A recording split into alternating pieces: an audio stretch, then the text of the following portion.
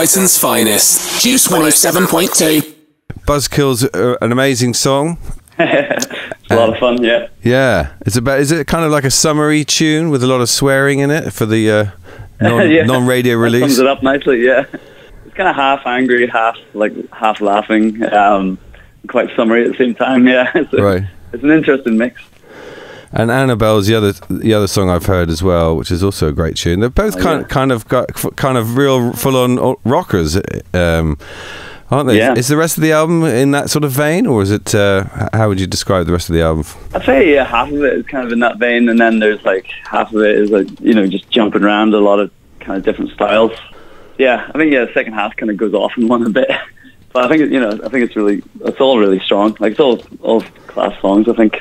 Yeah, we've been playing a few of them live. We just started adding them to the set in the last weekend, and they've been going down really well.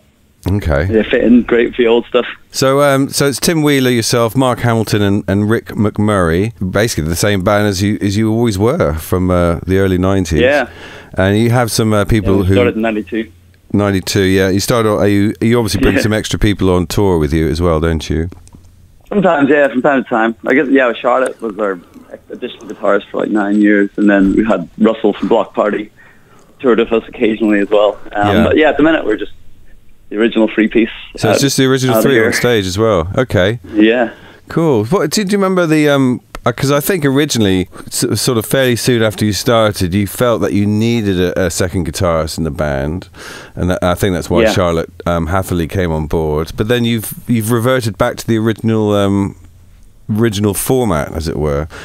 Is there a reason for that? It just feel more comfortable just having a basic setup and no extra musicians to complicate things, as it were.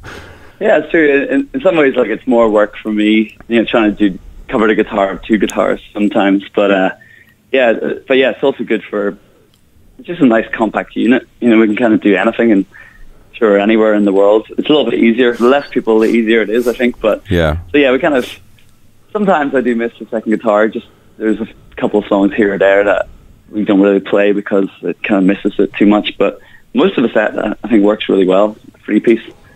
Right. There's something quite special about it as well. Just three people who've been playing together this long, we've got a great connection. Okay, so just a little potted history for those who don't know much about the band. As you said, 1992 is when you started. You released your first album in 1994 called Trailer, and then 1997 the album, which was released in 1996, made it to number one in the charts, didn't it? And basically you kind of pretty much established yourself from that point on, had quite a few hits. I think you've had 18 top 40 hits in total, somewhere along those lines. Which is a remarkable achievement. And but I did note that there was a point when you weren't sure if the band had legs, or you weren't totally confident about things. Is that fair to say? I guess we were just like worried that the album didn't do so well, really. So it was our follow-up album to the first massive one. Yeah. So so I think it was a bit like we were in trouble being dropped by our label, and there was a lot really riding on the success of the next one. So luckily it came back and was another number one album. So it's kind of around the time when a lot of our contemporaries were like, if they had a flop record, they would get dropped, and that would be the end of their career. So I guess that was what we were kind of like looking at the time. But we came back strong, maybe even stronger. Yeah, came back with another number one, Free All Angels, and that was packed full of hits as well. And obviously you've been through the various times. You existed pre-internet, pre-downloads, when CD sales were still strong, and even vinyl sales were still relatively strong. And then I think you went through various changes, didn't you? You weren't. I think you at one point you decided you didn't want to do any albums. You did a record called Twilight of the Innocents, which was basically a series of singles. I think released originally as singles, wasn't it? All the tracks on that album. It was the follow-up actually. It was the A to Z series. So we did 26 singles in 1 year. Yeah, it was like a single every 2 weeks for a year. So sorry, I missed Twilight was the album before it. Yeah. So we announced it at that time. We were like, this is going to be our last album. Sure. Did you think the album format was dying, or was going to be dead, or what were your feelings? It felt like it, yeah. I think like, you know, iPods and playlists had kind of taken over from albums around that time. But, you know, it didn't like completely die because I think as reactions to that, like vinyl came back strongly, like people liked having the physical object and like listening to a complete record like on vinyl. So yeah, and I think even, you know, there's a lot of Spotify people who listen to single tracks, but the albums are there, all arranged in quite a nice way. So I think, yeah, it didn't die as much as I thought. So we came back to making albums. I think our fans wanted it as well. Yeah. And obviously, and now you got the new album as well.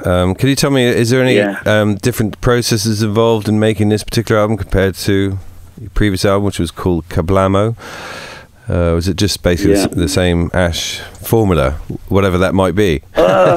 Yeah, there's a little more. Actually, there's quite a lot of traveling went into this record. You know, the previous record I was written mostly in New York, but then this one, I was traveling to, you know, a lot of islands actually. So on some Japanese islands, I was in Mallorca and Santorini and an Irish island, and then we recorded it in Manhattan. So it was kind of a lot of jumping around. Went along in the writing. Yeah, this one. You're actually based in New York, aren't you? Yeah. I've been there since 2005 actually, and we've had our own studio there since then as well. What was the impetus to move to the States? Well, I met a girl around that time, and so did our bass player Mark. So we both decided to get over there. I'd always wanted to live there. Really, you know, it kind of since the very first like time we played there in like the mid '90s. I just loved the place. Right. So yeah, I always found it very inspiring.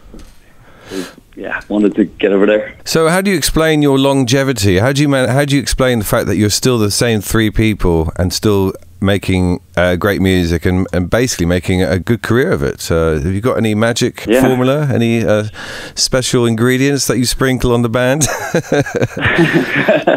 I think there's a few things. Yeah, I think it's like we started as friends. You know, and we're you know, being a three piece as well. We found three people who were like just really committed to it and really like into it. And then also I think some of the hardships like early on sort of showed that we could get through anything. Yeah. So, you know, we kind of definitely had our times where we were like super stressed out and we had to like just really club together to get through it. So, I think, some hardships definitely helped strengthen us, made us stronger, you know? Yeah. And I think still loving it, you know, we used to, you know, it was kind of to begin with, it was like our hobby in a way, you know, we'd be getting together every Saturday and it was just so much fun, like working on new songs. So we still like, even now, it's still the same kind of buzz when we get together and start working on new songs. It's like fun, you know? You're quite prolific, aren't you? You like writing songs, don't you? You sort of sit down and write a whole batch in a very short period of time, I understand. I've got this thing. Some days I try to write 10 songs in 10 hours. It's pretty exhausting, but like I get good stuff out of doing it. It works for you, that method. As well as a lot of rubbish, yeah. Yeah. A lot of rubbish too comes out. But yeah. Okay. So there won't be any good fun. As long as you have those 10-hour moments, there won't be any problems with more material in the future. Yeah, no, we're actually, we've almost got, we've definitely got the songs together for the next album. Yeah. Just a matter of finishing the recordings, but the material's there for sure. Brighton's finest, Juice 107.2.